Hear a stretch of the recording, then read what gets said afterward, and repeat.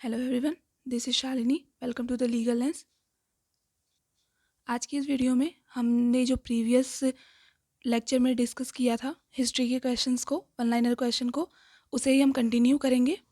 Last हमने वैदिक सभ्यता और सिंधु सभ्यता में अंतर देखा था। अब हम बौद्ध धर्म से शुरू करेंगे। तो पहला है बौद्ध धर्म से रिलेटेड क्वेश्चन। गौतम बुद्ध का जन्म कब हुआ था? तो 563 ईसा पूर्व में। गौतम बुद्ध का जन्मस्थल था लुम्बिनी। नेक्स्ट, वह आद्यतम बौद्ध साहित्य जो बुद्ध के विभिन्न जन्मों की कथाओं के विषय में है क्या है? उसको जातक कहते हैं।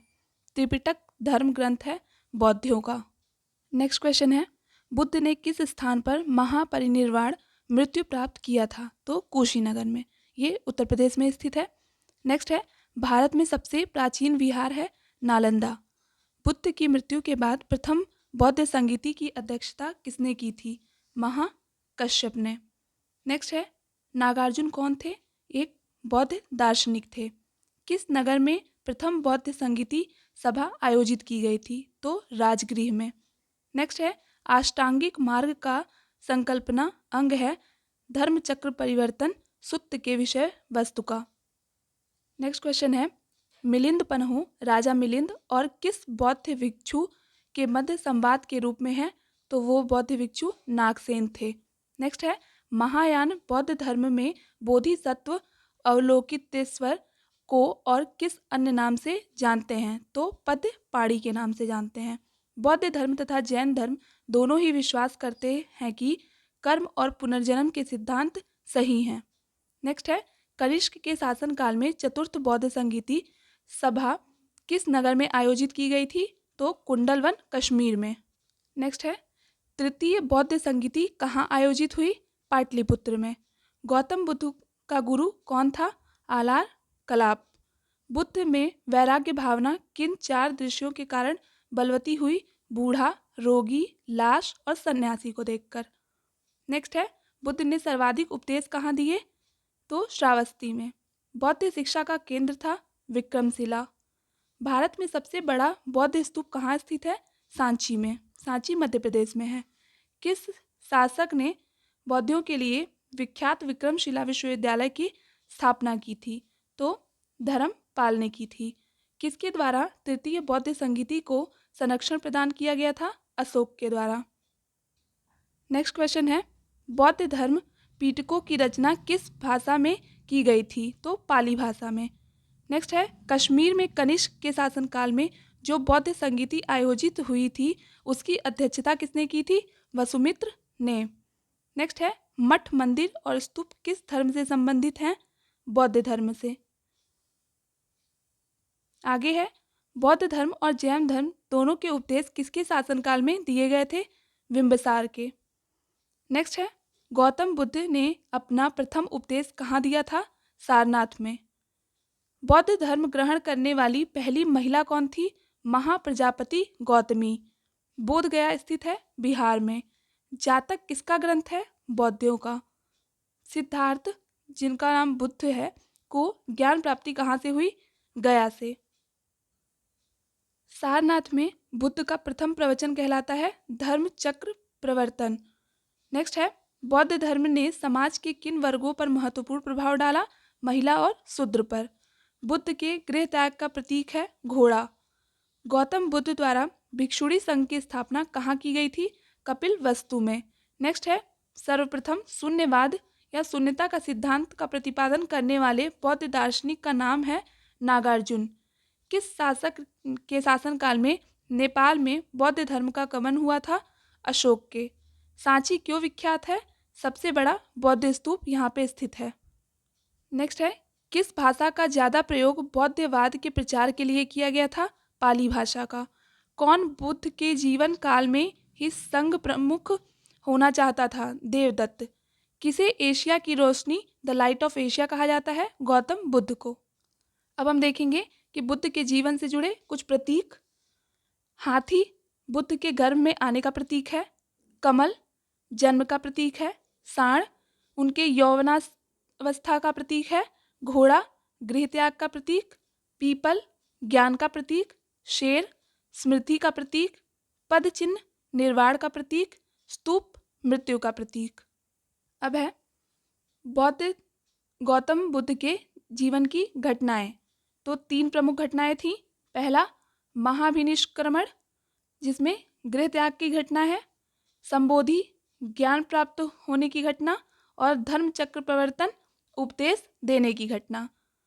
मोक्ष प्राप्ति के लिए 3 साधन क्या क्या बताए गए थे बुद्ध के द्वारा? पहला सम्यक ज्ञान, दूसरा सम्यक दर्शन और सम्यक चरित्र।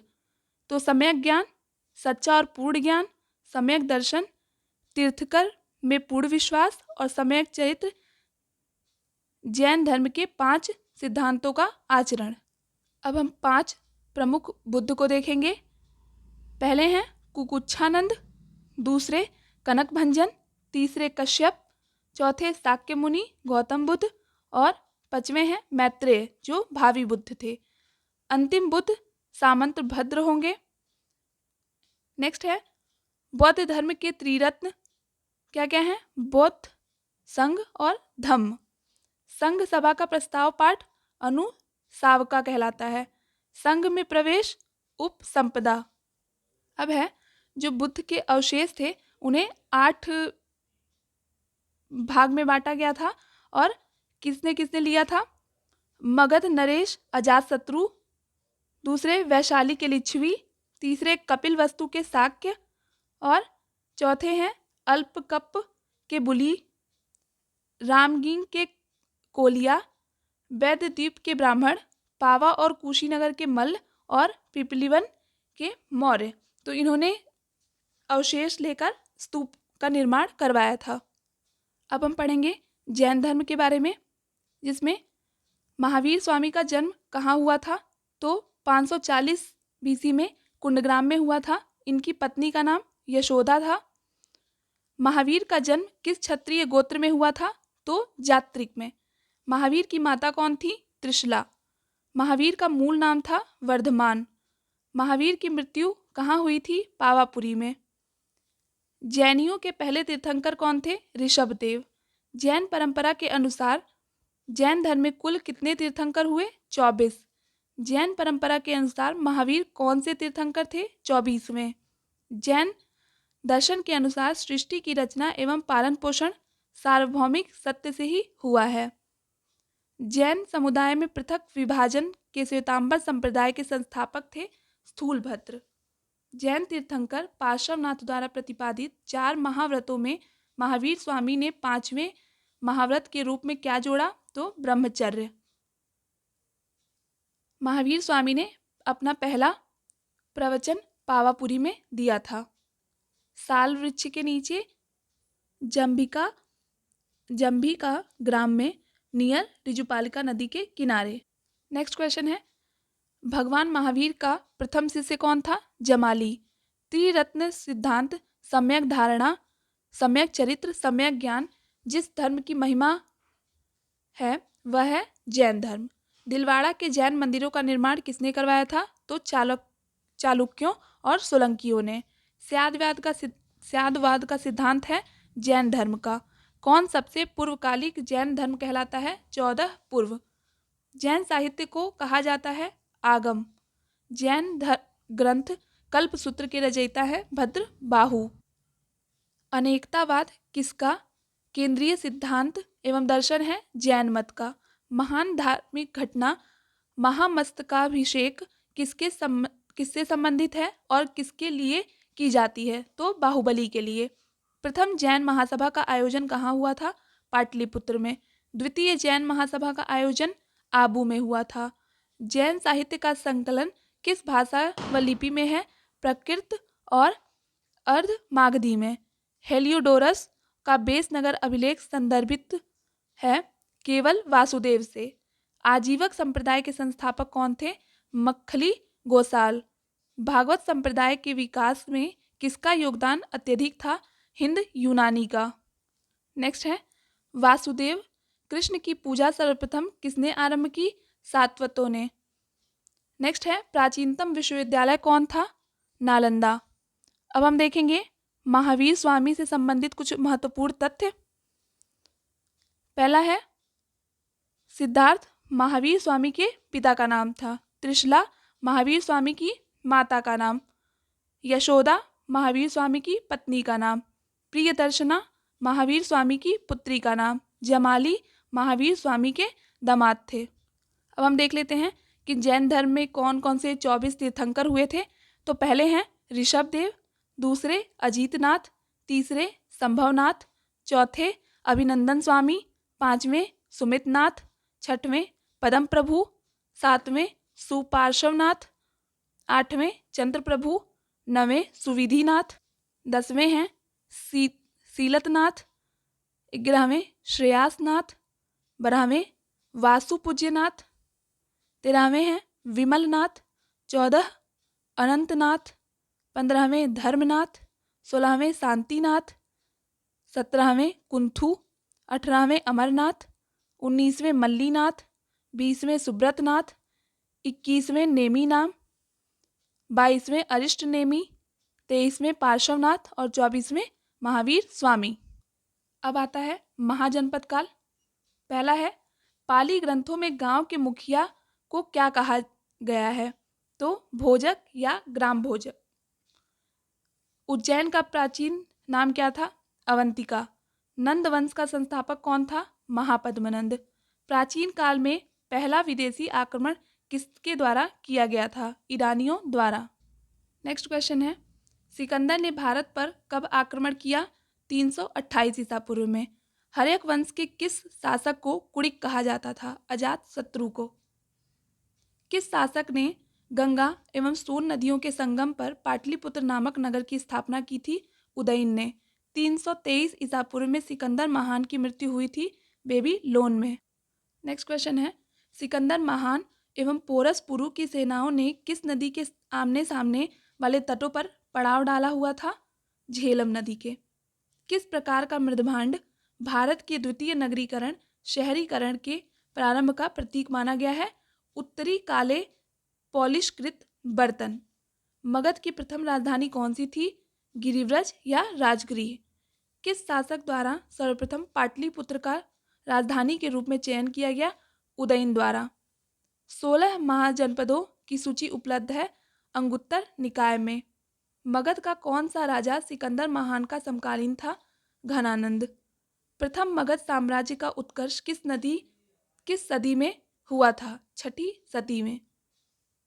सिकंदर के आक्रमण के समय उत्तर भारत पर किस राजवंश का शासक था। तो नंदवंश का।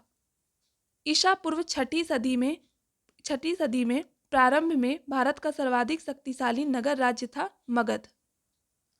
नंदवंश का अंतिम सम्राट कौन था। घनानंद। भारत में सिक्कों मुद्रा का प्रचलन कब हुआ। 600 ईसा पूर्व में। अभिलेखीय साक्ष्य से प्रकट होता है कि नंद राजा के आदेश से एक नहर खोदी गई थी कलिंग में। पहला ईरानी शासक जिसने भारत के कुछ भाग को अपने अधीन किया था डेरियस। मगध के किस प्रारंभिक शासक ने राज्यारोहण के लिए अपने पिता की हत्या की और इसी कारणवश अपने पुत्र द्वारा मारा गया। अजात शत्रु। नेक्स्ट है विश्व का पहला गणतंत्र वैशाली में किसके द्वारा स्थापित किया गया था। लिच्छवियों द्वारा। नेक्स्ट किस शासक ने अवंती को जीतकर मगध का हिस्सा बना दिया। शिशुनाग ने। कौन एक बौद्ध ग्रंथ 16 महाजनपदों का उल्लेख करता है। धनी किसान। अब हम देखते हैं जैन संगीतियों के बारे में। तो प्रथम जैन संगीति ये चंद्रगुप्त मौर्य के समयकाल में हुई थी और स्थल था इसका पाटलिपुत्र। अध्यक्ष स्थूल भद्र थे। द्वितीय जैन संगीति 512 ईस्वी में हुई थी वल्लभी में और अध्यक्ष इसके देवार्धी थे। अब देखते हैं हम बौद्ध संगीतियाँ। प्रथम बौद्ध संगीति 483 ईसा पूर्व। शासक अजातशत्रु थे। स्थल राजगृह में और अध्यक्ष महाकश्यप थे। द्वितीय बौद्ध संगीति 383 ईसा पूर्व। कालाशोक के काल में वैशाली में और अध्यक्ष सर्व कामिनी थे। तृतीय बौद्ध संगीति 251 ईसा पूर्व। अशोक के शासनकाल में पाटलिपुत्र में और मोगली पुत्र अध्यक्ष थे। चतुर्थ बौद्ध संगीति प्रथम सदी ईस्वी में हुई थी कनिष्क के शासनकाल में कुंडलवन में और वसुमित्र अध्यक्ष थे। अब हम देखेंगे प्रमुख महाजनपद, उनकी राजधानियाँ और कुछ उनकी विशेषताएं। पहला है महाजनपद में मगध महाजनपद। इसकी राजधानी राजगृह या राजगीर थी। विशेषता इसकी थी कि राजगृह को गिरिव्रज के नाम से भी जाना जाता था। दूसरा है अंग, जो कि राजधानी इसकी थी चंपा। आधुनिक में ये भागलपुर में स्थित है। इसकी विशेषता है कि आधुनिक बिहार के भागलपुर और मुंगेर जिले। नेक्स्ट है तीसरा काशी। इसकी राजधानी वाराणसी या बनारस। यह शिल्प, व्यापार एवं समृद्धि के लिए प्रसिद्ध था। नेक्स्ट वज्जी, जो कि वैशाली राजधानी थी। विश्व के प्राचीनतम गणराज्य का जन्मदाता। यह 8 गणराज्यों का एक संघ था। कौशल, जिसकी राजधानी श्रावस्ती है। आधुनिक उत्तर प्रदेश का साकेत, अयोध्या एवं श्रावस्ती। नेक्स्ट है कुरु। इसकी राजधानी इंद्रप्रस्थ। यमुना के किनारे इंद्रप्रस्थ एवं हस्तिनापुर के आसपास का क्षेत्र। चेदी, इसकी राजधानी शक्तिमती, बुंदेलखंड और उसके आसपास का भाग। नेक्स्ट है मल्ल। इसकी राजधानी कुशीनगर या पावा, देवरिया, गोरखपुर का क्षेत्र। अश्मक, राजधानी पौधन्य या पोतन, गोदावरी का तटवर्ती प्रदेश। वत्स महाजनपद, इसकी राजधानी कौशाम्बी, प्रयाग के आसपास का क्षेत्र। पंचाल महाजनपद, इसकी राजधानी अहिछत्र एवं कापिल्य, ये रुहेलखंड के पास स्थित है। नेक्स्ट है मत्स्य महाजनपद। इसकी राजधानी विराटनगर, जयपुर, राजस्थान के अलवर, भरतपुर एवं जयपुर का क्षेत्र। अवंती महाजनपद, इसकी राजधानी उज्जैनी एवं महिष्मती, मालवा के आसपास का क्षेत्र। गंधार, तक्षशिला या पुष्कलावती, आधुनिक अफगानिस्तान का पूर्वी भाग। नेक्स्ट है सूरसेन। इसकी मथुरा, कुरु के दक्षिण एवं चेदी का पश्चिमोत्तर भाग। नेक्स्ट है कंबोज, जिसकी राजधानी राजपुर है। द्वारका इसी मुख्य नगरी में स्थित है। अब है मौर्य काल, जो कि 322 ईसा पूर्व से 185 ईसा पूर्व तक चला। इसमें पहला है मौर्य साम्राज्य की स्थापना किसने की? तो चंद्रगुप्त मौर्य ने। मौर्य साम्राज्य में प्रचलित मुद्रा का नाम क्या था? पड़। अशोक का उत्तराधिकारी कौन था? कुणाल। मुद्रा राक्षस का लेखक कौन था? विशाख दत्त। वह व्यक्ति कौन है जिसका नाम देवान प्रियदर्शी भी था? मौर्य सम्राट अशोक। कौटिल्य चाणक्य किसका प्रधानमंत्री था? चंद्रगुप्त मौर्य का। कलिंग विजय के उपरांत अशोक महान ने किस धर्म को अंगीकार कर लिया था? बौद्ध धर्म। चंद्रगुप्त के शासन विस्तार में किसने मुख्य रूप से मदद की थी?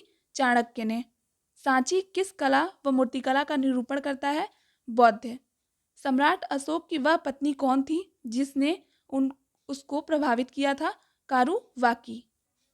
अशोक ने अपने अभिलेखों में एक रूपता से किस प्राकृत का प्रयोग किया? मागधी। बिंदुसार के विद्रोहियों को कुचलने के लिए अशोक को भेजा गया था तक्षशिला। मेगस्थनीज ने भारतीय समाज को कितनी श्रेणियों में विभाजित किया था? 7। कौटिल्य के अर्थशास्त्र में किस पहलू पर प्रकाश डाला गया? राजनीतिक नीतियों पर। नेक्स्ट है पाटलिपुत्र को किस शासक ने सर्वप्रथम अपनी राजधानी बनाया? चंद्रगुप्त मौर्य ने। पाटलिपुत्र में स्थित चंद्रगुप्त का महल मुख्यतः बना था लकड़ी का। बराबर या गया जिला की गुफाओं का उपयोग किसके आश्रय गृह के रूप में किया गया था? आजीविकों ने। किस अभिलेख से यह साबित होता है कि चंद्रगुप्त का प्रभाव पश्चिम भारत तक फैला हुआ था? रुद्रदमन का जूनागढ़ अभिलेख से। नेक्स्ट है केवल वह स्तंभ जिसमें अशोक ने स्वयं को मगध का सम्राट बताया, ये भाब्रू स्तंभ था। नेक्स्ट है अर्थशास्त्र का लेख समकालीन था चंद्रगुप्त मौर्य के। नंद वंश के पश्चात मगध पर किस राजवंश ने शासन किया? मौर्य ने। मौर्य काल में शिक्षा का सर्वाधिक प्रसिद्ध केंद्र तक्षशिला था। मेगस्थनीज की पुस्तक का नाम क्या था? इंडिका। किसके ग्रंथ में चंद्रगुप्त मौर्य का विशिष्ट रूप से वर्णन हुआ है? विशाख दत्त। नेक्स्ट है अशोक के शिलालेखों में प्रयुक्त भाषा प्राकृत। प्रथम भारतीय साम्राज्य किसके द्वारा स्थापित किया गया था? चंद्रगुप्त मौर्य द्वारा। उत्तराखंड में अशोक का एक शिलालेख स्थित है, कालसी में। सांची का स्तूप किसने बनवाया? अशोक ने। अशोक के शिलालेखों को पढ़ने वाला प्रथम अंग्रेज कौन था? James Prinsep. नेक्स्ट है, प्राचीन भारत का वह प्रसिद्ध शासक जिसने अपने जीवन के अंतिम दिनों में जैन धर्म को अपनाया? चंद्रगुप्त मौर्य। कलिंग युद्ध की विजय तथा क्षत्रियों का वर्णन अशोक के किस शिलालेख में है? तो शिलालेख 13वें में। प्रसिद्ध यूनानी राजदूत मेगास्थनीज भारत में किसके दरबार में आए थे? चंद्रगुप्त मौर्य के। चंद्रगुप्त मौर्य ने सेल्यूकस को कब पराजित किया? 305 ईसा पूर्व में। नेक्स्ट है, भारतीय लिखने की कला नहीं जानते, यह किसकी उक्ति है?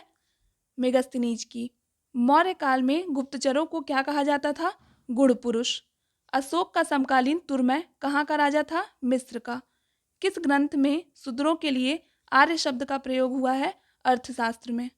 नेक्स्ट है, कौटिल्य द्वारा रचित अर्थशास्त्र कितने अधिकरणों में विभाजित है? 15। अशोक के जो शिलालेख संगम राज्य के बारे में हमें बताते हैं उनमें शामिल हैं दूसरा एवं 13वां। अशोक ने 261 ईसा पूर्व में कलिंग को जीतने के बाद क्या किया? तो भारी रक्तपात को देखते हुए युद्ध की नीति को सदा के लिए त्याग दिया। अशोक ने श्रीलंका में बौद्ध धर्म का प्रचार हेतु किसे भेजा? महेंद्र और संघमित्रा को। नेक्स्ट क्वेश्चन है, अशोक के मनसेहरा पाकिस्तान एवं शहबाजगढ़ी पाकिस्तान से प्राप्त वृहद शिलालेखों में किस भाषा का प्रयोग किया गया है? खरोष्ठी का। श्रीनगर की स्थापना किस मौर्य शासक ने की थी? अशोक ने। किस अभिलेख में चंद्रगुप्त मौर्य और अशोक दोनों का उल्लेख है? महाक्षत्रप रुद्रदमन का जूनागढ़ अभिलेख। मौर्य काल के बाद हम देखेंगे मौर्योत्तर काल, जो कि 185 ईसा पूर्व से 319 ईसा पूर्व तक चला। पहला है, अंतिम मौर्य सम्राट बृहद्रथ की हत्या कर किसने शुंग वंश की स्थापना की? पुष्यमित्र शुंग ने। कण्व या कान्व वंश का संस्थापक कौन था? वसुदेव। सातवाहन आंध्र सातवाहन वंश का संस्थापक कौन था? सिमुक। प्राचीन भारत का महान व्याकरण पतंजलि किसके समकालीन थे? पुष्यमित्र शुंग के। सर्वप्रथम भारत में विशुद्ध संस्कृत भाषा में लंबा अभिलेख किस राजा द्वारा जारी किया गया था? शक राजा रुद्रदमन द्वारा। सातवाहनों ने आरंभिक दिनों में अपना शासन कहाँ शुरू किया था? महाराष्ट्र में। किस कुषाण शासक ने सर्वप्रथम स्वर्ण मुद्राएं जारी की? कडफिसस ने। किस वंश के शासकों ने क्षत्रप प्रणाली का प्रयोग किया था? शकों ने। कुषाण काल में सबसे अधिक विकास किस क्षेत्र में हुआ? वास्तुकला में। नेक्स्ट है, भारत में प्रथम बार सैनिक शासन किसके द्वारा व्यवहार में लाया गया? ग्रीकों द्वारा। ईसा पूर्व दूसरी सदी के प्रारंभ में उत्तरी अफगानिस्तान में स्थापित भारत यूनानी राज्य था बैक्टीरिया। सर्वप्रथम रोम के साथ किन लोगों का व्यापार प्रारंभ हुआ? तमिलों एवं चेरों का। सातवाहनों ने पहले स्थानीय अधिकारियों के रूप में काम किया था मौर्यों के अधीन। वह महानतम कुषाण नेता कौन था जो बौद्ध बन गया था? कनिष्क। कुषाण काल के दौरान मूर्तिकला की गांधार शैली किसका मिश्रण है? भारत ग्रीक या यूनानी शैली। रोम साम्राज्य के अनुसरण पर किस वंश के शासकों ने कैसर की उपाधि ग्रहण की? कुषाण। मौर्यों के बाद दक्षिण भारत में सबसे प्रभावशाली राज्य था सातवाहन। बुद्ध की खड़ी प्रतिमा किस काल में बनाई गई थी? कुषाण काल में। शुंग वंश के बाद किस वंश ने भारत पर राज किया? कण्व वंश ने। किस चीनी जनरल ने कनिष्क को हराया था? पे चाओ ने। उत्तरी तथा उत्तरी पश्चिमी भारत में सर्वाधिक संख्या में तांबे के सिक्कों को जारी किया था कुषाणों ने। विक्रम संवत कब प्रारंभ हुआ था? 58 ईसा पूर्व में। सातवाहन शासकों की राजकीय भाषा थी प्राकृत। जो कला शैली भारतीय और ग्रीक यूनानी शैली का सम्मिश्रण है उसे कहते हैं गांधार शैली। कनिष्क की राजधानी थी पुरुषपुर। पुरुषपुर किसका दूसरा नाम है? पेशावर का। चरक किसके राज चिकित्सक थे? कनिष्क के।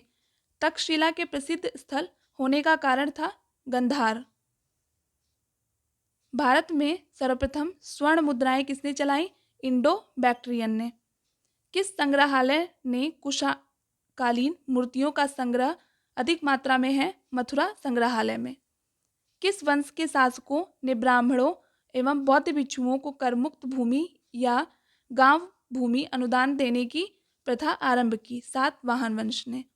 भारतीय रंगमंच में यवनिका का शुभारंभ किसने किया था? यूनानियों ने।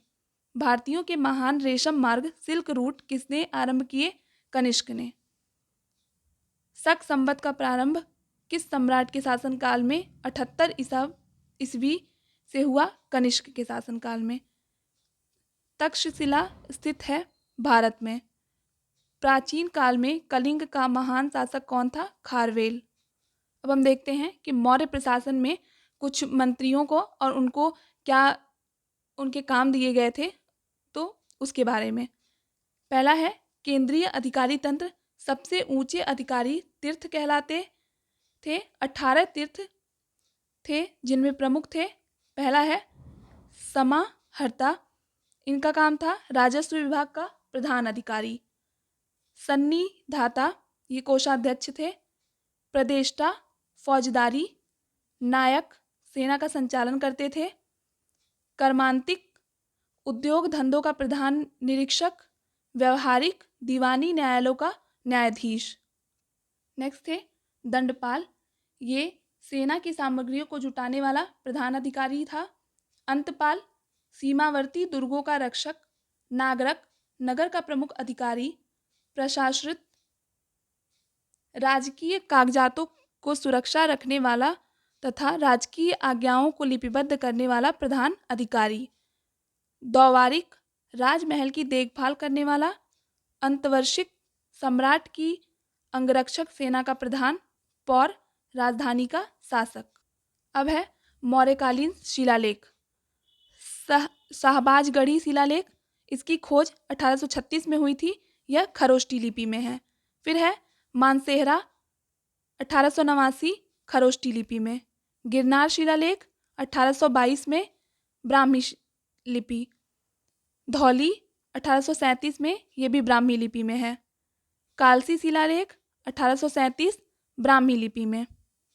नेक्स्ट है जौगढ़ शिलालेख 1850 में, ब्राह्मी लिपि में। सोपारा शिलालेख 1882 में, ब्राह्मी लिपि में। एरागुड़ी 1916 में, ब्राह्मी लिपि में। तो जो शहबाजगढ़ी और मानसेहरा हैं, यही दोनों खरोष्टी लिपि में हैं, बाकी सब ब्राह्मी लिपि में हैं। अब हम देखते हैं अशोक के स्तंभ लेख और वो कहाँ पे स्थित है उनके बारे में। पहला है प्रयाग स्तंभ लेख, ये दिल्ली में स्थित है। दिल्ली टोपरा, दिल्ली में स्थित है। दिल्ली मेरठ, दिल्ली में स्थित है। रामपुरवा, चंपारण, बिहार में स्थित है। लौरिया नंदनगढ़, चंपारण, बिहार में स्थित है। लौरिया अरेराज, चंपारण, बिहार में स्थित है। अब है अर्थशास्त्र में निर्दिष्ट अध्यक्ष और उनके दायित्व। पहला है नावाध्यक्ष, ये राज्य की नौकाओं का अधीक्षक हुआ करता था। नेक्स्ट है पण्याध्यक्ष, ये वाणिज्य अधीक्षक हुआ करते थे। संस्थाध्यक्ष, ये बाजार अधीक्षक। पौतवाध्यक्ष, ये मापतौल अधीक्षक। नेक्स्ट है शुल्काध्यक्ष, ये मार्ग कर अधीक्षक थे। सीताध्यक्ष, कृषि अधीक्षक। सूत्राध्यक्ष, बुनाई अधीक्षक। सूराध्यक्ष, मध्य निर्माण अधीक्षक। अकराध्यक्ष, खान अधीक्षक। लवणाध्यक्ष, नमक की खान का अधीक्षक। लौहाध्यक्ष, लोहे की खान का अधीक्षक। पत्तनाध्यक्ष, तट और बंदरगाह का अधीक्षक। गोध्यक्ष, शाही पशुशाला का अधीक्षक। अश्वाध्यक्ष, घुड़सवार सेना का अधीक्षक। हस्त्याध्यक्ष, हस्ती सेना का अधीक्षक। खन्याध्यक्ष, खुदाई का अधीक्षक। लक्षणाध्यक्ष, टकसाल का निरीक्षण। नेक्स्ट है कोष्ठागाराध्यक्ष, केंद्रीय भंडार का अधीक्षक। विविताध्यक्ष, चारागाह का अधीक्षक। अब देखते हैं हम संगम काल के बारे में। पहला प्रश्न है संगम काल से रिलेटेड। संगम युग में उरायूर किस लिए विख्यात था? कपास के व्यापार का महत्वपूर्ण केंद्र हुआ करता था। तुल्लकी पीयम ग्रंथ संबंधित है व्याकरण और काव्य से। धार्मिक कविताओं का संकलन कूरल किस भाषा में है? तमिल भाषा में। अब है, किस संगम युगीन राज्य के संरक्षण में 3 संगमों का आयोजन किया गया था? पांड्य। लाल चेर के नाम से प्रसिद्ध वह चेर शासक कौन था जिसने पत्तनी के मंदिर का निर्माण कराया था? सेन गुट्टवन। तमिल भाषा के शिल्पाधिकारम और मेरी मेखलई नामक गौरव ग्रंथ किससे संबंधित हैं? हिंदू धर्म से। कौन संगम युगीन व्याकरण रचना सर्वाधिक महत्वपूर्ण रचना मानी गई है? तोलकाप्पियम। मुजारिस किस राज्य का प्रमुख बंदरगाह था? चेर का। प्राचीनतम तमिल देवता मुरुगन किस वैदिक देवता के सदृश थे? स्कंद और या कार्तिकेय के। संगमकालीन साहित्य में कौन, को और मन्नन किसके लिए प्रयुक्त होते थे? राजा के लिए। तमिल काव्य का इलियड कहा जाता है शिल्पाधिकारम को। चेर वंश का शासन किस क्षेत्र पर था? केरल पर। चेर वंश का प्रसिद्ध शासक कौन था? सेन गुट्टवन। चोल वंश का प्रसिद्ध शासक कौन था? करिकाल। चोल काल में सूती वस्त्र उद्योग का प्रमुख केंद्र था उरैयूर। अब हम देखते हैं प्रमुख संगम ग्रंथ जो कि संगम काल में संकलित किए गए थे। पहला है तोल्काप्पियम। इसके लेखक तोल्काप्पियार थे। विशेषता इसकी थी तमिल साहित्य का प्राचीनतम ग्रंथ एवं व्याकरण ग्रंथ है। रचना द्वितीय संगम के समय हुई थी। नेक्स्ट है शिप्पदिकारम। हलगो अधिगल इसके लेखक थे। ये एक महाकाव्य है। नेक्स्ट है एतु तोंगे। इस ग्रंथ की रचना तृतीय संगम काल के दौरान हुई थी। नेक्स्ट है मणि मैकले। इसकी लेखक जो हैं शीतले तसनार हैं। इसमें ब्राह्मण और अन्य संप्रदायों के सदस्य से वाद विवाद तथा मतों का उल्लेख किया गया है। नेक्स्ट है जीवक चिंतामणि। इस महाकाव्य में जीवक के पराक्रमपूर्ण कार्यों के बारे में बताया गया है। नेक्स्ट है पत्तू पातू। इसकी रचना तृतीय संगम काल के दौरान हुई थी। नेक्स्ट है पदीनो की कड़ुकी। इसमें 18 लघु उपदेश संकलित किए गए हैं। अब है गुप्त काल जो कि 319 ईसा पूर्व से 540 ईसा पूर्व तक है। गुप्त वंश का संस्थापक कौन था? श्रीगुप्त। गुप्त किसके सामंत थे? कुषाणों के। गुप्त शासन के दौरान ऐसा व्यक्ति कौन था जो एक महान खगोल विज्ञानी गणितज्ञ था? आर्यभट्ट। गुप्त शासकों की सरकारी या दरबारी भाषा थी संस्कृत। इतिहासकार वीएन स्मिथ ने किसकी विजयों से प्रभावित होकर उसे भारत का नेपोलियन पुकारा था? समुद्रगुप्त के। गुप्त वंश का वह राजा कौन था जिसने हुड़ों को आक्रमण करने से रोका था? स्कंद गुप्त। गुप्त राजवंश किस लिए प्रसिद्ध था? कला एवं स्थापत्य के लिए। नेक्स्ट है अजंता कलाकृतियां किससे संबंधित हैं? गुप्त काल से। कवि कालिदास किसके राजकवि थे? चंद्रगुप्त विक्रमादित्य के। अजंता चित्रकारी की विषय वस्तु किससे संबंधित है? बौद्ध धर्म से। उत्तर गुप्त युग में जो विश्वविद्यालय प्रसिद्ध हुआ वह था नालंदा। एरण अभिलेख का संबंध किस शासक से है? भानुगुप्त से। फाहियान किसके शासनकाल में भारत आया था? चंद्रगुप्त प्रथम के। नेक्स्ट है भारतीय संस्कृति का स्वर्ण युग था गुप्त काल। फाहियान कहाँ का निवासी था? चीन का। सेतुबंध का रचनाकार प्रवर सेन द्वितीय किस वंश का शासक था? वाकाटक। किस गुप्तकालीन शासक को कविराज कहा गया था? समुद्रगुप्त। आप एक क्वेश्चन को सही कर लीजिएगा। इसमें है फाहियान किसके शासनकाल में भारत आया था? तो वो चंद्रगुप्त द्वितीय के शासनकाल में भारत आया था। नेक्स्ट है स्कंदगुप्त को किस स्तंभ लेख में सक्रोपम कहा गया है? कहोम स्तंभ लेख में। फाहियान और विंतसांग ने किनके राज्य को देखा? चंद्रगुप्त विक्रमादित्य एवं हर्षवर्धन क्रमशः। धनवंतरी थे। चंद्रगुप्त विक्रमादित्य के राज दरबार में नवरत्नों में से एक जो कि प्रसिद्ध चिकित्सक थे। गुप्तकालीन शासन प्रणाली किस प्रकार की थी? राजतंत्रात्मक। गुप्त स्थापत्य कला का सर्वोत्कृष्ट मंदिर कौन था? देवगढ़ का दशावतार मंदिर। नेक्स्ट है, अजंता की गुफाओं में किन गुफाओं का निर्माण गुप्त काल में हुआ? 16, 17 और 19वीं। अमरकोश के लेखक अमर सिंह किस शासक के दरबार से जुड़े थे? चंद्रगुप्त द्वितीय के। चंद्रगुप्त प्रथम ने गुप्त संवत का प्रारंभ किस उपलक्ष्य में किया?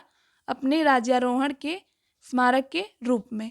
नगरों का क्रमिक पतन किस काल की एक महत्वपूर्ण विशेषता है? गुप्त काल। किस वंश के शासकों ने मंदिरों एवं ब्राह्मणों की सबसे अधिक ग्राम अनुदान में दिया था? गुप्त वंश ने। दिल्ली के मेहरौली में कुवत उल इस्लाम मस्जिद के प्रांगण में स्थित प्रसिद्ध लौह स्तंभ किसकी स्मृति में है? चंद्र के। कालिदास द्वारा रचित मालविकाग्निमित्र नाटक का नायक था अग्निमित्र। समुद्रगुप्त की सैनिक उपलब्धियों का वर्णन उसके किस अभिलेख में उपलब्ध है? प्रयाग। किस काल में स्त्रियों की पुरुषों से बराबरी थी? गुप्त काल में। कौन सा राजवंश हुणों के आक्रमण से अत्यंत विचलित था? गुप्त। नेक्स्ट क्वेश्चन है, अजंता गुफाओं के सरीखी जैसा गुफाएं मध्य प्रदेश में कहाँ हैं? तो बाघधार में। गुप्त वंश ने किस अवधि में शासन किया? 319 से 500 ईस्वी। बाल विवाह की प्रथा का आरंभ हुई गुप्त काल में। यूरोपीय भाषा में अनुवादित प्रथम भारतीय ग्रंथ कौन था? कुमार संभवम। सती प्रथा का पहला उल्लेख कहाँ मिलता है? एरण अभिलेख से। मिहिर कुल का संबंध था हुणों से। गुप्त राजा जिसने विक्रमादित्य की पदवी ग्रहण की थी चंद्रगुप्त द्वितीय थे। गुप्त काल में उत्तर भारतीय व्यापार किस पत्तन से संचालित होता था? ताम्र लिप्ति से। गुप्त शासकों द्वारा जारी किए गए चांदी के सिक्के कहलाते थे रूपक। किस गुप्त शासक को नालंदा विश्वविद्यालय का संस्थापक माना जाता है? कुमार गुप्त को। पूर्ण वर्धन भुक्ति प्रांत अवस्थित थी उत्तर बंगाल में। वह प्रथम भारतीय विद्वान कौन था जिसने गणित को एक पृथक विषय के रूप में स्थापित किया? आर्यभट्ट ने। तांबा का सिक्का जारी करने वाला पहला गुप्त शासक कौन था? रामगुप्त। कालिदास की किस कृति की गिनती विश्व की 100 प्रसिद्ध साहित्यिक कृतियों में होती है? अभिज्ञान शाकुंतलम। वर्तमान गणित में दशमलव प्रणाली आविष्कार का श्रेय किस युग को है? गुप्त युग को। कुमार संभवम महाकाव्य किस कवि ने लिखा? कालिदास ने। नालंदा विश्वविद्यालय की स्थापना का युग है गुप्त। गुप्त युग में भू राजस्व की दर थी उपज का 6ठा भाग। नेक्स्ट है, गुप्तकालीन रचनाएं तथा उनके रचनाकार। तो विष्णु शर्मा की रचना है पंचतत्व। कालिदास की है मालविकाग्निमित्र, विक्रमो वर्षियम, मेघदूतम, अभिज्ञान शाकुंतलम, कुमार संभवम, रेणुसंहार, रघुवंश और महाकाव्य। विशाख दत्त, मुद्रा राक्षस और देवी चंद्रगुप्तम। भारवी की है किराता जुर्नियम। भास की है स्वप्नवास दत्तम। शूद्रक की है मृष कटिकम। वारामिहिर की वृहत संहिता पंच सिद्धांतिका। सूर्य सिद्धांत और आर्यभट्ट की है ब्रह्म सिद्धांत ब्रह्मगुप्त। अष्टांग हृदय जो कि चिकित्सा से संबंधित है वाघभट्ट की है। शल्य शास्त्र ये भी चिकित्सा से संबंधित है धन्वंतरी की पुस्तक है। अब देखते हैं हम कुछ अधिकारी और उनसे संबंधित विवाह जो कि गुप्त काल में विभाग। पहले हैं हरिशेण, यह समुद्रगुप्त का संधि विग्रहिक एवं महादंडनायक था। इसी ने प्रयाग प्रशस्ति की रचना की थी। नेक्स्ट है वीरसेन शैव, ये चंद्रगुप्त द्वितीय का संधि विग्रहिक था। शिखर स्वामी चंद्रगुप्त द्वितीय का मंत्री एवं कुमारा मात्य। पृथ्वीसेन कुमार गुप्त का मंत्री एवं कुमारा मात्य। आम्रका दर्व ये चंद्रगुप्त द्वितीय का सेनापति था। नेक्स्ट है राजाओं की उपाधियां। राजा हर्ष को राजपुत्र शिल्यादित्य की उपाधि मिली थी। महेंद्र वर्मन प्रथम जो कि पल्लव वंश से थे, इनको विचित्र चित्त की उपाधि प्राप्त थी। नरसिंह वर्मन द्वितीय ये भी पल्लव से थे, राज सिंह की उपाधि प्राप्त थी। भोज जो कि प्रतिहार वंश से थे, इन्हें आदिवराह और मिहिर भोज की उपाधि प्राप्त थी। नेक्स्ट है कृष्णदेवराय विजयनगर साम्राज्य से आंध्र भोज, आंध्र पितामह, यवन राज, स्थापनाचार्य, अभिनव भोज की उपाधि प्राप्त थी। नेक्स्ट है राजा राज प्रथम जो कि चोल वंश से थे, इन्हें मुम्माड़ी चोल, राजकेसरी, अरुमौली, जयकोंड, मार्तंड चोल, ये सब उपाधियां प्राप्त थी। नेक्स्ट है राजेंद्र प्रथम जो कि चोल वंश से थे, गंगई कोंड, मुदी कोंड, पंडित चोल, उत्तम चोल, कादरगोंड, निगारीली चोल, ये सब उपाधियां इन्हें प्राप्त थी। नेक्स्ट है आदित्य प्रथम, ये भी चोल वंश से थे, इन्हें मदुरई कोंड की उपाधि प्राप्त थी। राजेंद्र द्वितीय, ये भी चोल वंश से, इन्हें कुलोतुंग चोल की उपाधि प्राप्त थी। विक्रम चोल, ये भी चोल वंश से थे, इन्हें त्याग समुद्र एवं अहलंका की उपाधि प्राप्त थी। कुलोतिंग, ये चोल वंश के थे, इन्हें संगम तविरत्ता की उपाधि प्राप्त थी।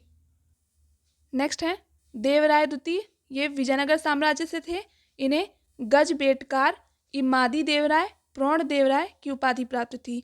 नेक्स्ट है कुषाण, इन्हें देवपुत्र की उपाधि प्राप्त।